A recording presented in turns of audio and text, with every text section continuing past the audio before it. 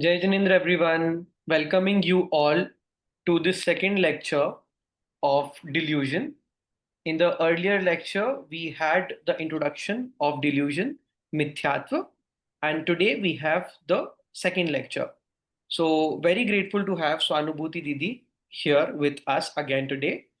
In the earlier lecture, she has very beautifully explained about what is Mithyatva, the basic introduction of this delusion. She has explained with lot of practical examples and stories, and we have discussed after the lecture about if any queries, if anybody has a similar pattern we will follow today. Before we start with today's topic, I wanted to quickly brief you all with this Jeev platform. Jeev platform provides you with n number of topics related to Jainism in English platform, in English language. To get more updates on this topic on this platform, you can log in to this website, which I will share the URL in the end of the lecture. For updates on the lecture, you can join our YouTube channel and subscribe the channel for further updates. So yeah, let's start today's lecture 2 of Delusion, and very excited to listen to its types and attributes. And over to you, Swanubhuti Didi. Sure, thank you. Jai Janindra, everybody. This is Swanubhuti Jain back again. And for people, who would probably feel that we are straight hopping onto a lot of other aspects, please go through the last lecture if you haven't heard that, because this is in continuation to the last one. Okay.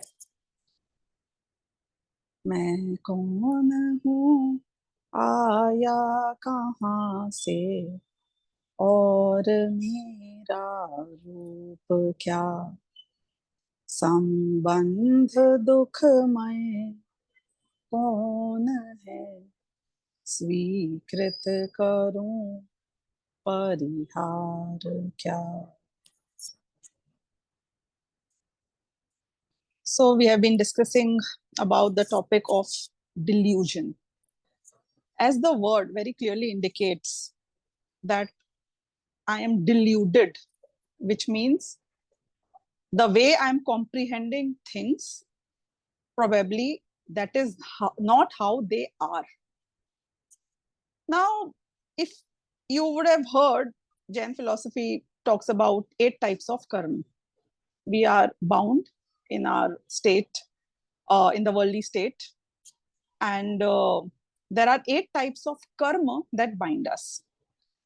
So a lot of people, as you would see, are trying to lighten their burden of the karma, and they feel that maybe if I do penance, or I try to restrain myself, I fast, maybe I renounce a lot of things, maybe do charity, maybe be a good human being, all this will lead to good karmas, and it will lighten the burden of my karmas. This is how a lot of people are trained to believe or conditioned to believe since their childhood, or whenever they go out to understand the spiritual aspects of things.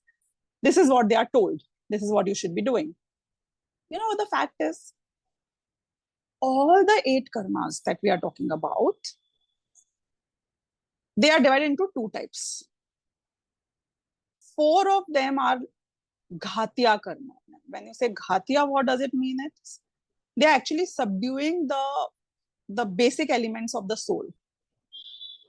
And the other 4, which are aghatiya karma, they are indirectly influencing the soul to believe what it believes, and to act how it acts, or to feel how it feels. So the 4 which are direct and the 4 which are indirect, what really happens is the 4 which are directly subduing my attributes or my capabilities and capacities, they are all of the bad type, right? Why? Because anybody who's suppressing me cannot be good. Anything that suppresses me, there's no merit in that. Only the indirect ones, the aghatiya ones, they are the ones where you have the classification of punya and pap, or the merit or demerit. So what really happens is that when we talk about lightening our burden of the karma, you're actually not lightening karma. What you're entailing is lighten the demerits or the pap. Basically, what you want is more of punya. But what we miss out in this entire scheme of things is that it's not that if I maintain all the 8 karmas, the status remains the same with less punya or less pap either ways, I'm still subdued. Because being subdued is always, it's not merit, it's demerit for me. It's pap. It's bad for me. It's not in my favor. So, all these 8 karma, ideally, I want to get rid of all of them. Not only pap, but also punya. Not only demerits, but also merits. Because there is no real merit in this merit that we call as punya. Now, as you would see in the human race, while you have men, you have women, you have eunuchs, you have all kind of, transgenders and everybody, but reproduction happens only through the women, right? They are responsible for reproduction. Similarly, in the 8 types of karma, only mohniya karma is responsible for reproduction, which means responsible for binding more karma. That is the one which is impacting me. So if you're aware about our gods in the Arihant state, all of them, they still have the aghatya karma. They still have the 4 indirect types of karma, which, maintain their body, their life, and a lot of other things. But does not dampen their atindriya anand, which means their bliss, does not dampen their keval gyan, which is their omniscience. So what really happens is that the 4 indirect karma, they are nothing. They can't impact me, provided that this one mohaniya karam, which is responsible for the reproduction of all karam, when I said, means continuing the cycle of bondage, which means which is the most critical one, which is a direct attribute of the soul being subdued or confused or delusioned. That is where we need to work upon. See, if you have a huge machinery working and a lot of noise coming out of it and a lot of elements working to make that machine work, you don't need to go and stop every part of it. What you really need to do is just see where the main switch is, shut it off, and the entire machine will come to a standstill, isn't it? So similarly, this mohaniya karam, this delusion, this is that switch. You just need to shut this off. And the entire machinery of 8 karma, the entire machinery of being tied down with a body, the entire machinery of life and death, the entire machinery of this world, which is subjecting me to things and places which I don't desire, everything comes to a standstill and shuts out totally, provided this delusion is tackled. So we are hitting where it will impact the most. If you were to do a root cause analysis, as we usually do for any problem areas, the root cause analysis says that all the source of my miseries comes out of delusion. Now, delusion is of 2 types. And when I say delusion, actually the word delusion does not very clearly define moha or mohaniya karma. It only deals with one aspect of it, because mohaniya karam, I would like to use the original word. Mohaniya karam is of 2 types, or moha is of 2 types. One is darshan moha and one is charitra moha. When you say darshan moha, it deals with my belief system. So the delusion, which which in 3 ways impacts me in my belief system. Either it confuses me, or it makes me believe totally otherwise, or it makes me disinterested in the real things where I need to pay attention. The core knowledge which impacts me. So 3 ways. These are called Sanshaya, Viparya and Anadhyavsaya in Hindi, if you have heard those words. So what does it mean is that Darshan Mohan, one part of delusion karma that we are talking about, which is Darshan Moha, it impacts my belief system.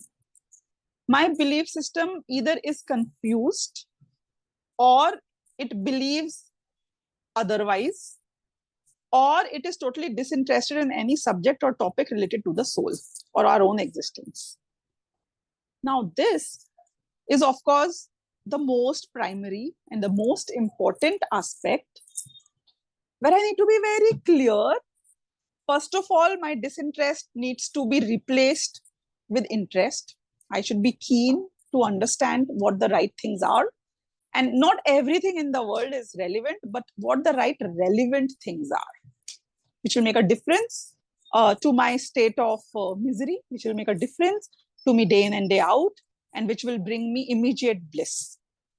So this is the first part where I am tackling my belief system. How do you get your belief right? I need to identify, after I am interested, I need to identify what is the right thing. So Anadhyavsaya you have tackled. Why? Because earlier you were totally ignorant. You had no interest. You were not paying any attention to any talk about the soul or any spiritual aspects. And you'll find so many people out there right now.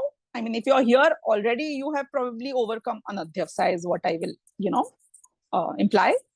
But a lot of people, you must have said that, come, let's listen to a lecture. Come on, let's, do some swadhyaya, or let's try to understand what our soul is all about. And people say, oh, good for you. Like, you go ahead. I'm not interested. So this is Anadhyavsaya, like total, oblivion. You don't care. Now, there's a very high probability either that I feel otherwise. I'm on the wrong side totally. And again, while I do try and understand what is given in the scriptures and how I'm probably might be, but this word probably entails that you're not sure.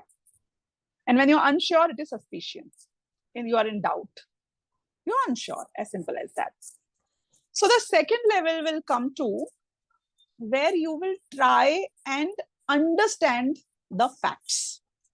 Which facts? The relevant ones, most critical ones, which you need to know, the basic ones, the fundamental ones, which make a difference to my being, my existence, day in and day out.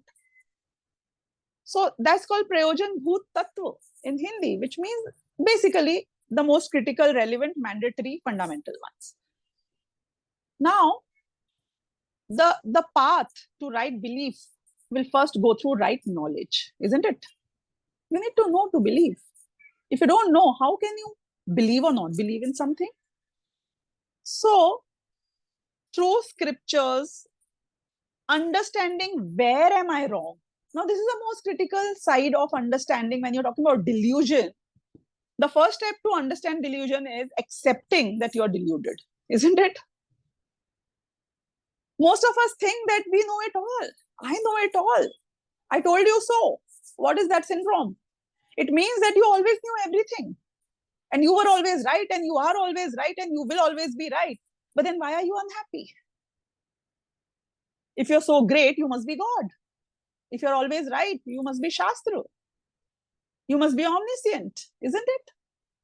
If you knew it all, you know it all, you can never go wrong. Then why are you still not right? Why still so miserous? Why still such a big failure? No, nobody wants to even accept that. Nobody wants to accept they are a failure. So the first step to understand delusion will be accept that you are in delusion. Accept that you need to correct yourself. Accept that you are wrong. Where am I wrong? That's a wrong question. Why is it a wrong question? Where are you right? Huh? The question is not where are you wrong? The question is you're wrong everywhere. Tell me, where are you right? We are not right anywhere. So there's a lot of work. Lot of concept clarity is needed, lot of knowledge needs to be assimilated, lot of things need to be understood, and not only understood, lot of places I need to verify myself and correct myself. That's the most important thing. So when you will go through understanding yourself and relating your being with that, you will definitely face the stage where you will be confused, because there's a part of you saying that, no, this is how I am always been conditioned to believe. And a part of you will say, no, but this looks logical. And that is where the doubt will come by. So unless you overcome all the three stages of Sanshaya, Viparya, and Anadhyavsaya, unless you overcome the disinterest, unless you overcome the ignorance, and unless you overcome all the confusion and you're sure about what is right, darshan moha will prevail. Unless all this happens, your belief system will be wrong. So that's one side of the things. Darshan moha, which means that I'm intoxicated, which means I can't see things clearly, which means that I am fundamentally, basically wrong the way I'm looking at things. And if that is how it is going to be, then the only way of me coming out of this could be to realize that I am wrong. So there's a small story of this lamp, which was inside a glass wall. It was very strong glass wall. I mean, even you can say it was totally, you can say, shatterproof. Very, very hard and very, very strong. Now, but it's very clear, very transparent. You can't make out that you're on this side of the glass wall because it looks pretty invisible. On the other side of the glass wall, you had this lion, a very hungry lion, who's constantly trying to pounce on this lamb so it can eat it up. Now, the lamb was very hungry. There was a lot of grass out there, which the lamb could have inside the glass wall. But the lamb was fixated on the lion, and the lion kept pouncing on the lamb all the time. And the lamb was shitting himself. Why? Because he was so much in fear. I mean, it was a question of life and death for him. So how can he peacefully even sit, sleep, eat, do anything? Now, if I were to ask you, how do we solve the problem of the lamb? Just think about it. If you had to enlighten the lamb and, let it peacefully eat and sleep and do whatever it wanted to do, what really was needed? The lamb is under the delusion, isn't it? That he can be eaten anytime. The lamb is under the delusion that the lion will come and eat him up. The lamb is under the delusion that if he quietly sits here doing nothing, eats his grass, that's the end of it all. So at the core of all the problems of our lives is this delusion. First and foremost, what needs to be done is get over or overcome this delusion. Now, somebody can ask in this, scenario that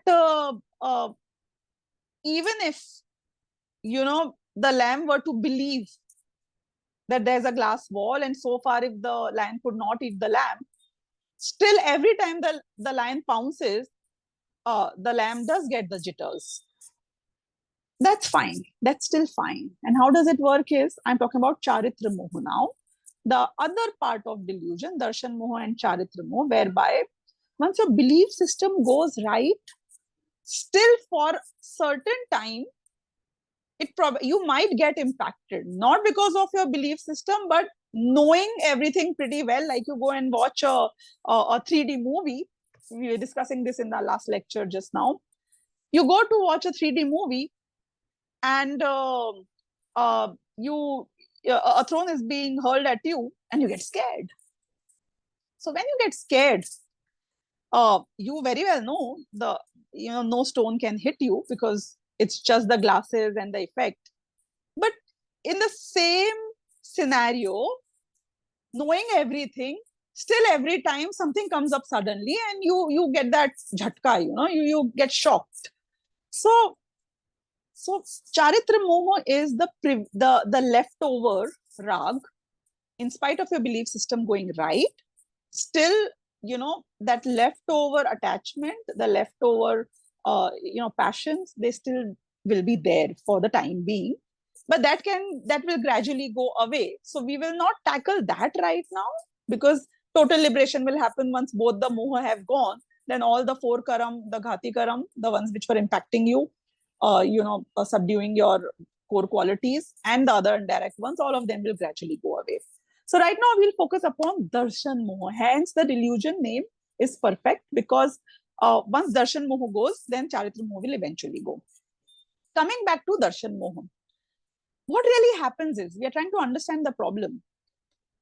If somebody were to tell me that, I get anxious very fast. So just telling the person, okay, so just try to count 10, 9, 8, or, just try to take God's name, or probably just breathe in slowly and breathe out. And then probably your problems may get solved. It won't go away. Why? Because if my belief system is, conditioned to believe that anybody else can influence me otherwise, or if my belief system says you're vulnerable, if my belief system says I'm insecure, if the belief system says that people out there in the world have the power to make me happy or sad, then you're done for. Why? Because then how is it that you will not feel anxious? When I feel insecure, I will feel anxious.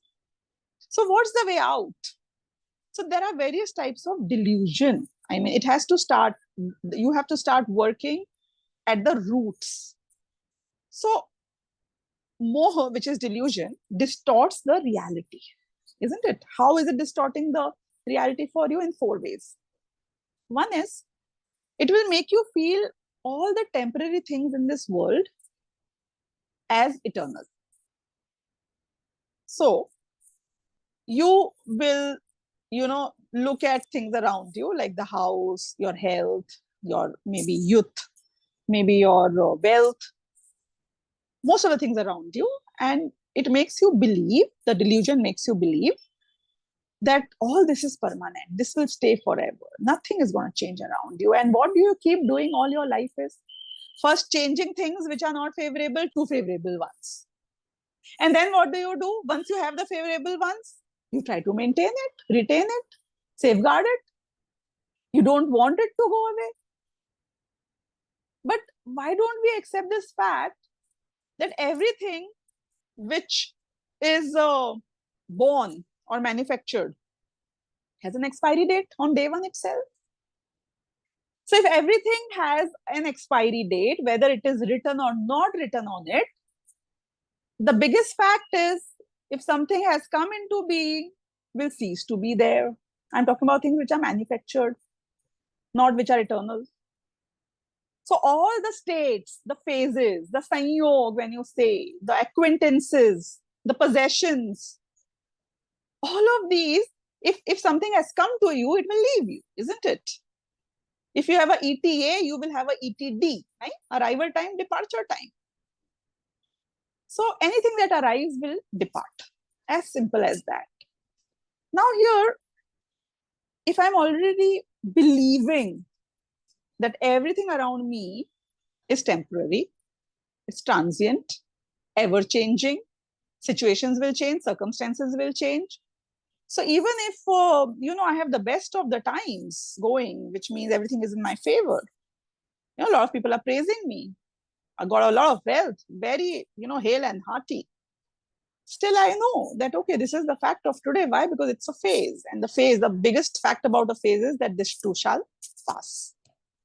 On the other hand, I always feel that, I feel very insecure, because the biggest fear that any human being has is of death. So that which is permanent, the consciousness, my existence, which never alters, nothing ever beats it, like that lamp inside, common sense says that if the lamb was not eaten so far, it can never be eaten. So I have been around here in this sansar, in this world, and the karma probably may have been instrumental in taking me places, but I still exist, right? With all my might, which means the lion could never eat the lamb, which means there was a wall between them. So if you use your logic also, you can very clearly define that my existence is permanent. When I didn't know, still nobody could, disappear me, make me disappear. And now, today, when I'm in power, how can anybody threaten me? So this is so very clear that if you apply logic, you try to infer things around you, that I am the permanent one and everything else is temporary. And I live my life exactly the other way around, where I feel I am temporary and everything around here should be made permanent. This is one way of delusion. Another one which would be is, there are various ways in which we distort the reality. We see impure is pure and pure is impure. So, who is pure? Who is pure here? My eternal existence is pure. My consciousness is pure. But I feel that my consciousness is distorted by things that I know. I feel one with the attachments and aversions. I feel one with the miseries. But you are not the misery. That impurity that you feel is an impurity, or which you don't like, or which not what you are. It never entered you. It never was mixed with you. You were always as clean, as permanent, as intact. Your sanctity was never compromised. Otherwise, you will not cease to be. So I see the impure as pure. I feel that love is God.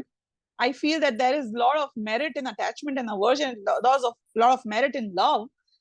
And at the same time, I don't see the merit in Mithyatva. I don't see the merit in my solitude. I don't see the merit in being, self-sufficient. So again, distorted reality. That's delusion. Impure is pure and pure is impure. Then, whatever is painful, I think is pleasurable. And the other way around, whatever is pleasurable in here, I feel as painful. So ideally, all the sensual pleasures that we talk about, pleasures derived through the senses, we feel that, that's pleasure. That's the definition of pleasure. But the fact is that it is all clouded with so much of anxiety, so much of akulta, so much of restlessness, instability, that it was not actually pleasurable. It was the pain. I thought less pain is good. I never tasted the total peaceful bliss, and hence less miseries turned out to be my ideal. That's what I believed. That's what I chase. That's where I feel I'm sorted. So while this all was painful, I assumed it to be pleasurable. On the other hand, being in yourself is so much blissful. But what you really, again, your delusion distorts the reality and makes you believe is, no. Solitude is not good. It's loneliness. I myself is not enough. I need people. I need others. I need good karma. I need good acquaintances. So it's the other way around. What is pleasurable, you feel as painful.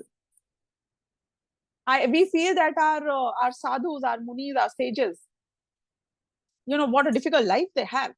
Whereas the fact is, they are the happiest. You have never known that happiness. You are still fixated on probably those, soft mattresses and air conditions. Whereas they have found something so much more valuable that these things hold no value for them at all. They easily overlook it. They make no difference to their pleasure or bliss. So we are wrong here. Again, this is the delusion.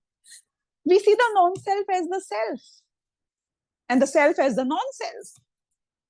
Again, distorted reality. Why? All that what was never mine, can never be mine, is not mine. I crave to possess. I feel I do possess. I feel one with it. Whereas the other fact of the matter is that I am in that consciousness, and that I feel probably comes from somewhere else. It's a part of some very, almighty being probably. So again, our concept, our understanding of our own existence, our self, and the understanding of all that is non-self, that is not mine, not ours, is distorted, and hence this is the moha which is distorting the reality. So we are not seeing even a single thing right. We are not seeing even a single thing straight. Now, when our belief itself is so topsy-turvy, obviously, when I start feeling that, I need to keep all the temporary things as permanent, right? That's what I'm trying to do all the time.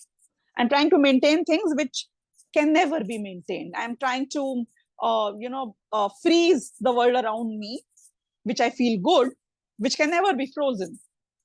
And when I set out to do that, I will feel anxiety. I will feel anger because not everything will go my way. Sometimes certain things go my way. I feel pride.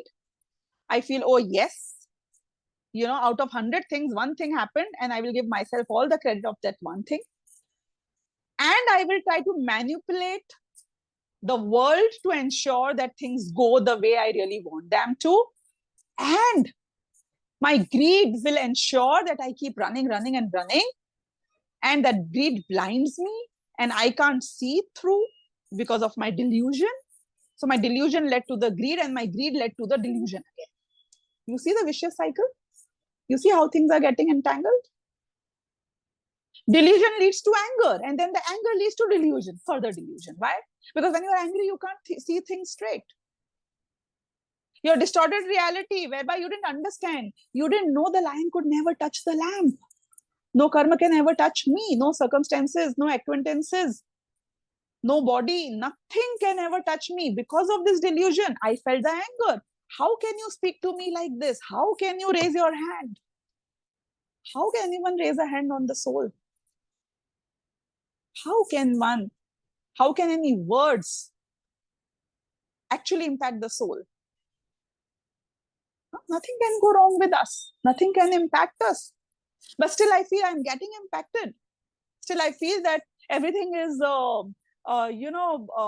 what do you say, ruining my bliss, my peace, totally. So this is delusion, which generates the passions, the 4 kind of passions, which we call krodh, man, maya, lobh, or anger, deceit, pride, and greed. So see, we are trying to manage our greed. We are saying, no, we must not be greedy. You can never be successful at not being greedy if you just try to stop your greed and not work on your belief system. You want to control your anger. You will never be able to control your anger unless your belief system change. It needs to change first. You're counseling the lamb. Don't fear, won't work. Knowledge is which will liberate the lamb from the fear, not the instruction that don't fear. Why? Because when the lamb understands that this lion can do nothing, the lamb will immediately become fearless. The moment we understand that none of the non-self entities can harm me, none of the non-self entities are good or bad, then I have no reason for anger. I have no reason for greed. And if there's no anger and no greed, why will I deceive? No anger for manipulation, no scope for manipulation. And if there is no anger, no greed, no manipulation, no deceit, And I know what people feel about me or not does not make a difference. Why? Because they don't enter me, I don't enter them. I mean, we don't impact each other. There's no reason for ego. What ego? What kind? So the delusion is at the core of all the passions, of all the miseries, of all around you, which you want to be liberated from. And the solution is very simple. Even when you go out to work out, what does your trainer tell you? Make your core strong, right? The core should be strong. What is the core? It is at the center of it all. If your core is strong, your knees will not ache, and you will not have backache, and you will all the solutions for all the problems is make your core strong. How will you make your core strong? With your belief system. Once you get rid of delusions. How do you get rid of delusions? By understanding where you are wrong. See, deluded people, they will justify their wrong actions. They'll get into this trap of justification, trying to prove that you are right, what you did was right. Deluded people, they will get stuck in the blame game. They will always look for others, to blame. Why? Because delusion tells you, oh, this went wrong. Why? Because of this guy, because of that person, because of this karma, because of this body, because of so many other things. But the self is separate than non-self. So nothing can go wrong with you. Nothing can go wrong because of others within you. I have not been right because I was not right. So the blame has to come on to me and not anybody other. The blame game, the guilt, the pride, everything happens when you misidentify the self with thoughts, with emotions, or with roles, or with phases. So this is a total science. So of course, I mean, 1 lecture, 2 lecture, 40 minutes. These will not help you to get to the depth of this science immediately. This is an introduction to that science. But the thing is that as I'm saying, the switch which will stop this machinery of birth and death, it lies under the power of delusion. Delusion switch off, all the problems will go off. This delusion leads to dependencies on all external factors for happiness. And hence, I am consistently looking at others for my peace, for my happiness, for salvaging me. Whereas, Mo will tell me that, if I don't get what I want, I cannot be happy. So delusion, your own delusion, not imposed. Nobody else did it for you. But you yourself have conferred upon yourself. You yourself are not trying to come out, identify, realize, solve this for yourself. Until we do not do that, we will consistently fall into the trap of all the wrongdoings and still live our lives that we have lived so far. If you continue doing what you have done so far, nothing will change. History will repeat itself. We will live the same lives that we have led so far. Same miseries, same problems, same dependencies, same insecurities. Now is the time to change. And the change will come from within. What do I need to change in myself? Nothing else as of now that we think we need to change.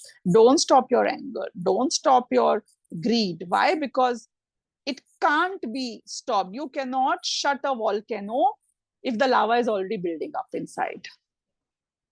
It cannot be just, go and maybe put some cement and mortar on the top of the volcano and, you say, I will stop the volcano from erupting. That's what we have been doing all this while. Work at the core, work at where it makes a difference. And that place is delusion.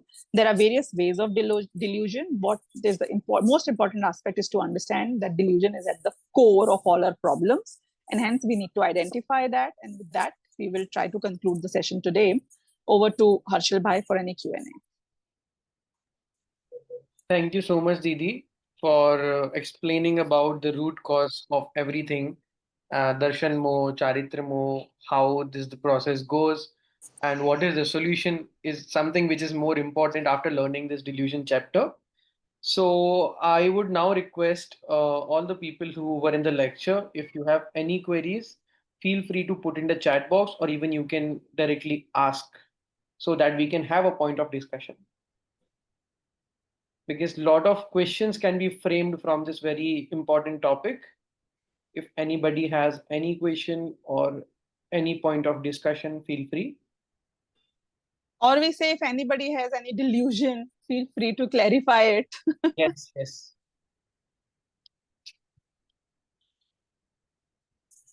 Okay, so let me initiate a point first, and Didi, you can answer my query first, and then if anybody has, we can proceed with that.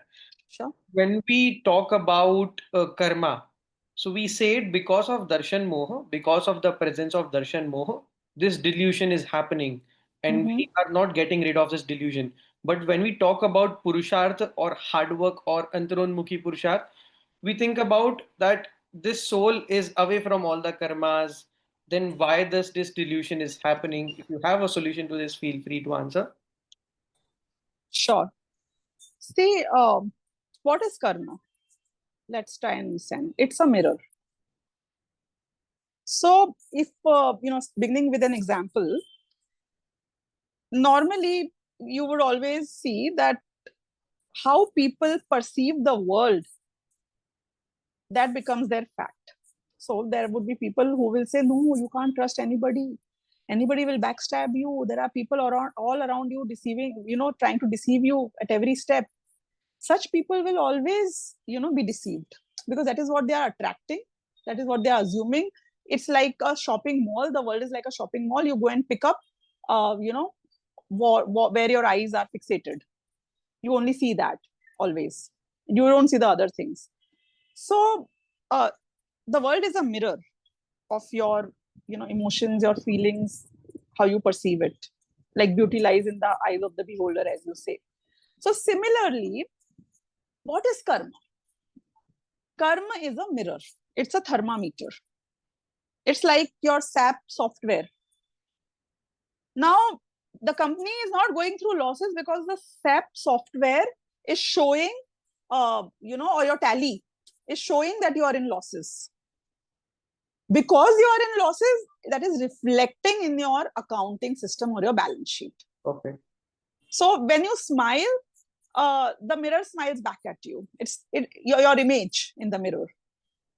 So because I would go there and stand and say, oh my God, how grumpy. Why are you staring at me like that? So it's not your image in the mirror which is staring at you. It's you who is staring at the mirror, which is reflecting in the mirror. So what is karma? It's the mirror. It's that accounting software. So if I am in delusion, then the karma is reflecting my delusion, and you'll say, okay, Munya Karam is giving its fruits.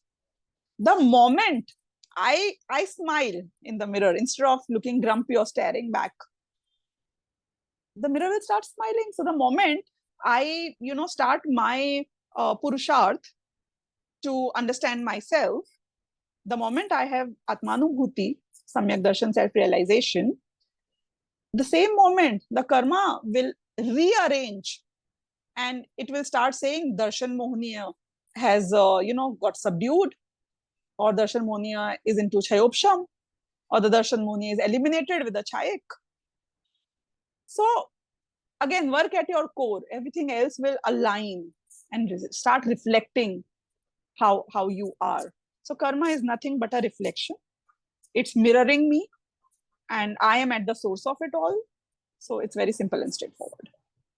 Perfect. Thank you for the explanation. I want to draw audience's attention towards the examples which Didi has shared today and in the earlier lecture.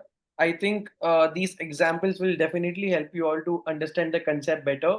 the karmic concept, the darshan mo, charitra mo, the entire process.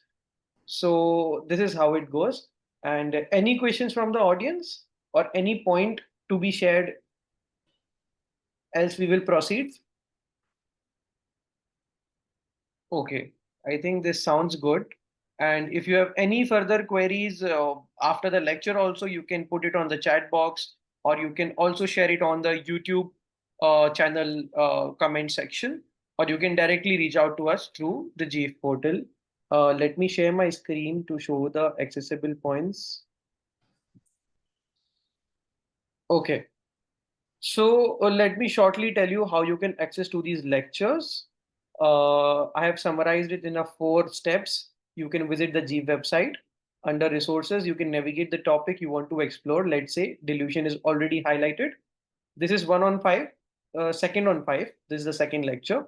And when you click on the topic, you will receive a link to access the course where you will get to know how many hours are still pending, where exactly you are lying in the course. The third point is you can view your courses on your dashboard, how much you have completed. It's just like a LinkedIn learning platform. If you are a professional, you will get to know about it. Number four is the select the course you wish to access, and you will gain entry to its content, including articles, presentations, quizzes, and more. So let's say you have clicked upon the Delusion course, you will get the presentation, what Didi taught, and what is other material which she has not covered in the lecture, that also will get it. The most important thing is Gurudev Shri's lecture snippets. So when we talk about Mithyatva, whatever Gurudev ever talked about Mithyatva specifically, that snippet has been converted into an English subtitled video, and you can access that video. If you will talk about Bhagwan and Tirthankar, so whatever the relevant snippet is there, we have covered it there in English language with English subtitles. So yeah, this is how you can access the course. The next is all the accessibility links. Support@jeev.net.in is our email address. You can drop in if you have any queries. So yeah, that's all for today. Let's proceed with the Jinwani Stuti. निज निधि निज में बताई, यह अनंत उपकार है। इसके लिए जिन वाणी माँ को वंदना शत बार है, वंदना शत बार है। 9 times नमोकार मंत्र।